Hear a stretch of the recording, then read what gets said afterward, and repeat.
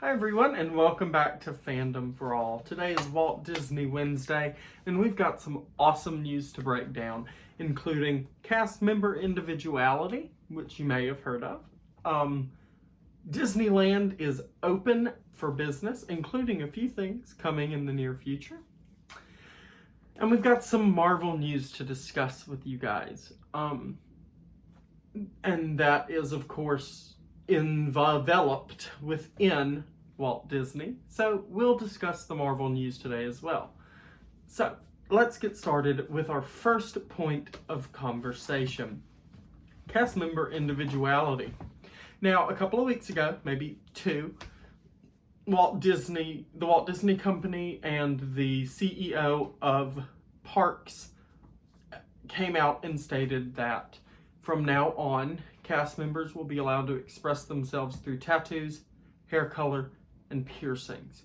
Now, for those of you who don't know how important this is for cast members presently and future cast members, since Disney Parks' conception, cast members have all had to keep a very basic hairstyle and be very true to what gender you present. You know, if you present masculine, keep your masculine hairstyles. If you present feminine, keep a feminine hairstyle.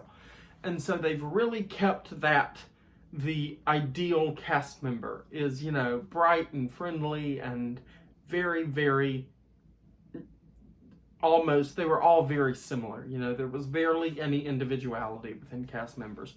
And I've seen a video going around the internet where some dude is sitting in his office talking about how cast member individuality and woke culture ruined Disney for him.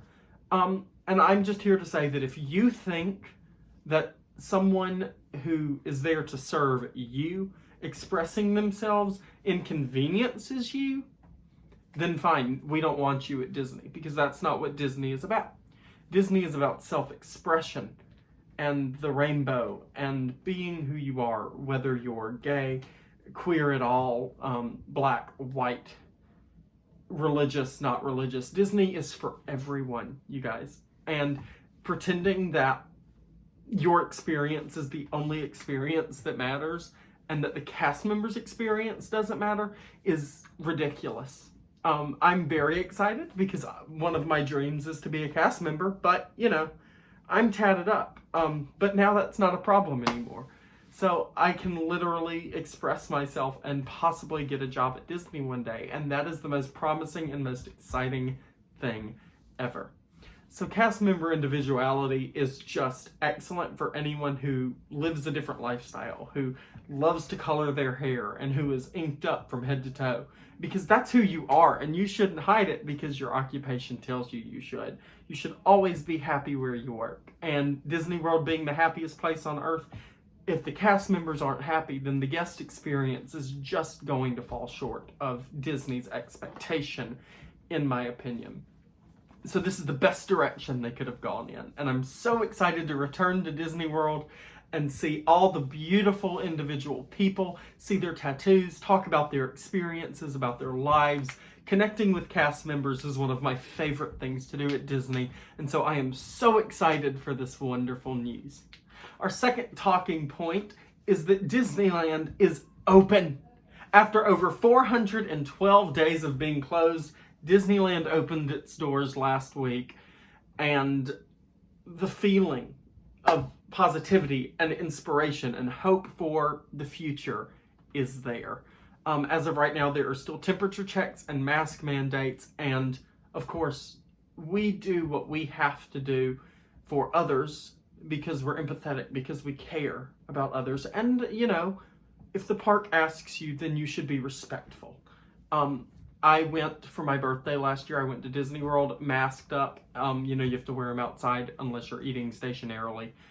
It barely inconvenienced me. It's something that I think everybody can put aside for the great experience of getting to be in Disneyland, and I hope a lot of people agree. I know that not everyone will, and that's okay. That's what makes being a person so awesome, is that you hold your own individuality. So, no knocking. Don't argue in the comments, just be positive. Our comments feeds, we like to keep them as positive as possible, and this is very positive news, so let's be happy about it. With Disneyland opening, they have also announced that, of course, Avengers Campus opens very soon, or has opened. I'm not exactly sure. I don't follow Disneyland news as much as I follow Disney World news, because that's the park that's closest to me. I'm in central Mississippi, so Florida is really close. But Disneyland is also added Avengers Campus, which is their Marvel expansion in the same vein as Galaxy's Edge.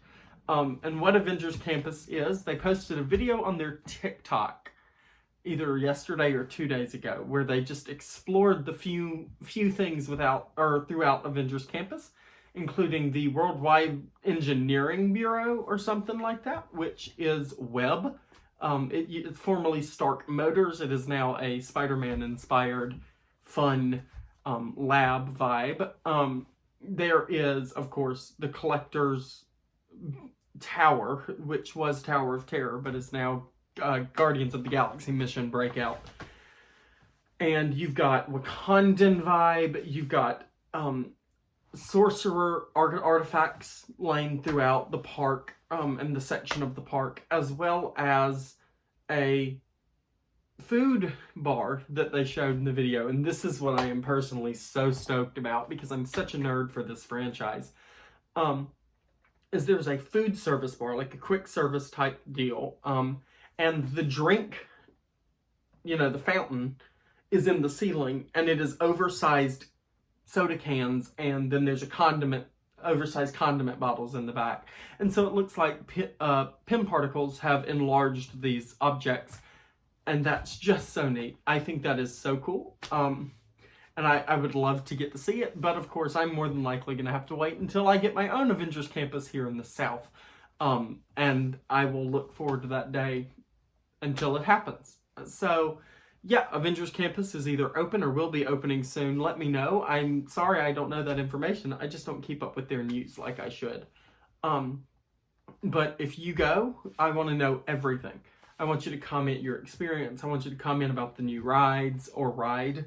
Not sure if they're opening with 1 or 2. Galaxy's Edge opened with 2, I think. And so looking forward to seeing what the ride at Avengers Campus is like. I know it's a Spider-Man ride. So yeah, Avengers Campus and Disneyland are starting their opening phases, and are open. So that's it for park-related news. Oh, there is one more exciting thing that we get to talk about. Yesterday, for those of you who know, was May 4th, which is a big Star Wars day.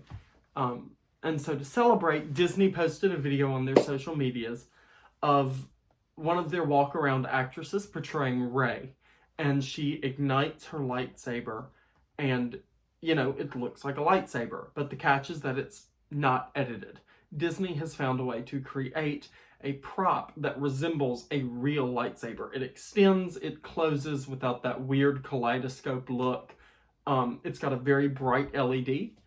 And so those will be utilized for walk-around characters. And I did find out yesterday that eventually, further down the line, there's a possibility of them being available for purchase. It just will not be until they beta test it, they make sure it's safe, etc., etc. But it's coming. And that will be available to see, utilized by cast members at the Star Wars Galactic Star Cruiser opening next year at Walt Disney World, which is their 2-night, 3-day Star Wars experience that is connected to Galaxy's Edge and Hollywood Studios. So real lightsabers are coming, folks. Tell me what you think of that in the comments below. And so lastly, we have a few things to talk about regarding Marvel Studios and a post they made Monday titled Marvel Studios Celebrates the Movies. And it's a 2-minute, 58-second video in which they showcase all of their projects from start to now, narrated by the late, great Stan Lee, seen here in this photograph behind me, talking about family and talking about the connection that we all share. And it's a very heartwarming and very touching video, But it really picks up at the end when they start talking about the future. And we see new footage from Black Widow coming out in July. And then we see our first glimpse at footage from Marvel's Eternals, dropping in November of this year. I don't know about you guys. I'm stoked for Eternals. I waited for this forever. I'm a massive Jack Kirby fan. So this is something that screams Kirby because, you know, he created them. And we're going to get to see his characters come to life on the big screen. You know, Thena and Icarus and Circe and Ajax and Kingo and Phastos and Macarai and Sprite and just the entire team present on the big screen for the first time ever. And that's so exciting. I'm so excited to see how Marvel handles a film with 10 leads. That will be interesting. You know, not building up to a big team up. This is the team up. So I'm looking forward to Eternals. Really looking forward to the presence of... Excuse me, I forgot. I almost said Dane Whitman, but Kit Harington playing Dane Whitman, Black Knight, in this movie, as well as the finally, the Marvel appearance of Richard Madden, Angelina Jolie, Salma Hayek, and a personal favorite of mine, Brian Tyree Henry, and Kumail Nanjiani. So this cast is pretty much, you know, when you look at it, you see, oh, these are all the actors that Marvel's yet to get, and they're just going to put them all in one movie, and that's so exciting. And I can't wait to see what the future holds for these characters, but I'm super stoked about their first outing as an MCU team. Let me know what you think of the Eternals down below. The next project that they teased, of course, was Spider-Man No Way Home. Now, we've heard for a while the possibility of that including Tobey Maguire and Andrew Garfield, and that's incredibly exciting. We know that it features Alfred Molina as Doc Ock and Jamie Foxx as Electro from the previous Spider-Man franchises. So that's kind of enough to tell us, you know, the worst kept secret on the market right now is that Marvel is doing Spider-Verse in live action. You know, Andrew Garfield was on a talk show 2 nights ago and he basically said, no, I don't know anything about that. They haven't called me. He deserves the Best Acting Award because I'm promising you that this is definitely coming. It's the worst kept secret in film right now.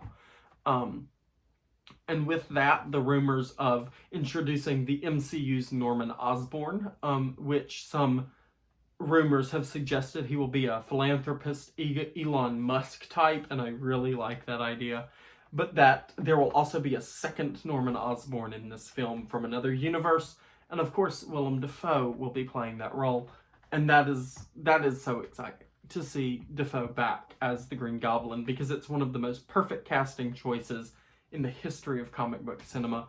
And we're seeing it again. Hopefully, fingers crossed. Don't take anything I've said with anything except a grain of salt. They're rumors and possibilities.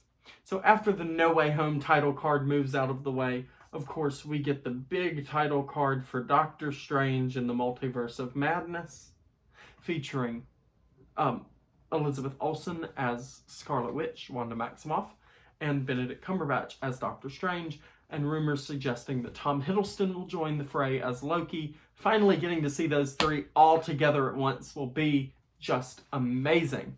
So, Doctor Strange in the Multiverse of Madness, probably my most anticipated film of Phase 4, right after the big one that I'll get to at the end, the one that I'm most excited for. So after the Doctor Strange in the Multiverse of Madness title card dissipates and fades out, you get a Thor Love and Thunder title card. And if you don't know, Thor Love and Thunder is the 4th film in the Thor franchise, featuring Chris Hemsworth, Jeff Goldblum, Tessa Thompson, and now, welcome to the cast, Christian Bale as Gore the God Butcher. I don't know how they're going to work that out yet because they gave so many of Gore's powers to Hela in Ragnarok, but they might be reinventing the character. I would love that. We've seen some set photos recently, as of yesterday. We know that Ela Fisher is in the cast along with Russell Crowe. Would not be surprised if they are playing Zeus and Hera, or that Ela Fisher is playing Enchantress, which would be nice to see. But alongside the cast at a lunch table yesterday was Ela Fisher's husband, Sacha Baron Cohen. And of course, maybe he's there because he's eating lunch with his wife and her new castmate friends. But I would love to see Sacha Baron Cohen in the MCU. Whether that's for a cameo role or Kevin Feige has massive long-term plans. I saw a suggestion that he might be playing Beta Ray Bill, and I personally really love that idea. But what I would say that he's doing, if he's in this movie at all, is along with Matt Damon and Luke Hemsworth and Melissa McCarthy in the acting, the players that we're seeing in Ragnarok, he'll be playing Jeff Goldblum's role as the Grandmaster in the play that is inspired by the events of Ragnarok. And of course, that's just perfect. He's basically this generation's Jeff Goldblum. So I look forward to seeing if Sacha gets confirmed for this movie now that he's been seen on set, in the same vein as Russell Crowe as Zeus. So moving on from Thor Love and Thunder, we get the announcement of the title of Black Panther 2. Now, I personally love Black Panther 2 just as a title, but I'm overjoyed to share with you guys that the title of Black Panther 2 is Wakanda Forever. It automatically tugs at your heartstrings when you see it. We lost the great Chadwick Boseman this past year, and, you know, the Marvel world has never seemed so dismal. Not knowing where we're going to go with the character, and the confusion and the arguments whether we should recast him or insert him CGI. I'm of the camp that they should just pass the mantle to another character. My personal thought is that you pass the mantle of Panther to Shuri, but give the title of Queen to the newly introduced Storm character. That's what I hope they go with. So Black Panther Wakanda Forever is the title of Black Panther 2. We got a rename for Captain Marvel 2. They've completely removed Captain Marvel from the name. The name is solely just Marvel Studios' The Marvels.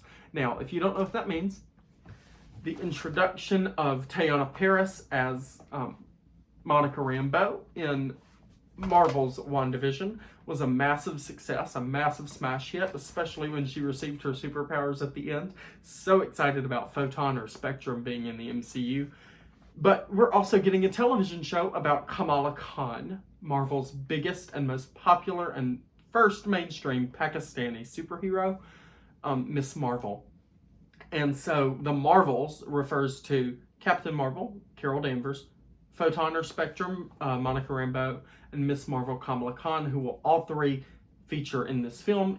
As leaks recently have suggested, the Cap 4, featuring Sam Wilson, and Captain Marvel 2 will be mini Avengers movies, meaning they will be led by a team.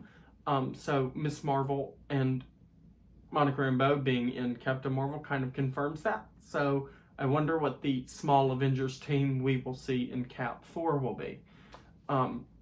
So yeah, Miss Marvel 2, renamed The Marvels. And last but not least, the project I am most excited for, and I look forward to seeing finally done right, is Marvel Studios' Fantastic Four. Now, if you haven't seen my pitch/fan casting for that, it's in my channel list, but I will add a little information thing to the corner up here for you to click, and it'll take you straight to that Fantastic Four video. So if you want to watch it and see what I have to say as someone who is a massive fan of the team, as evidenced by all my Fantastic Four pops and mystery minis back here, little bitty super scroll right there. Yeah, that video is up and available to watch.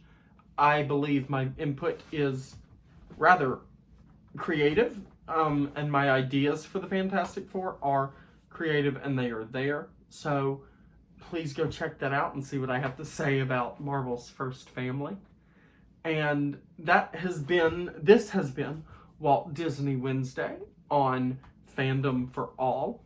I want to thank you guys for watching. I want to thank you guys for commenting, following, liking, and subscribing to all of our social media pages, which will be in the description down below for you to link straight to those pages.